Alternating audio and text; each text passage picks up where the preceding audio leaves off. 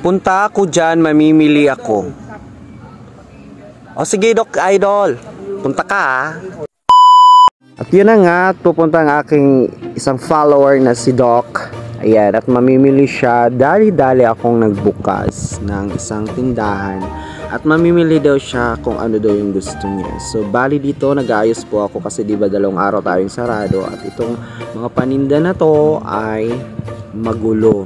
Kasi nung naghanap ng mga bag, yung mga kapatid ng amo ko, nagkagulo-gulo to dito. So dito ay ipapass-forward na lang natin. Inaayos ko na po dyan yung mga paninda na yan.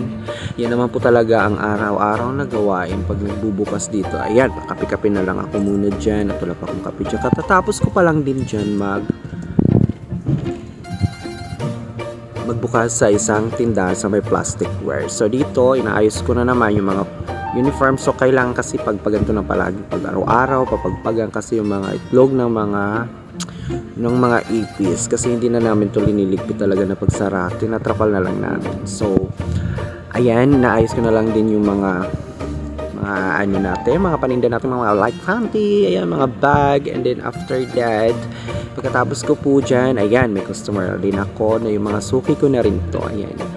So, namili sila sa akin ng pamboy naman. So, ayan, shout out. Thank you sa inyo mga madam. Balik po kayo. Then, after that, nabalik tayo sa ating pag-aayos. So, after 1 year, ayan, tapos na ako. So, ayan, dito na lang.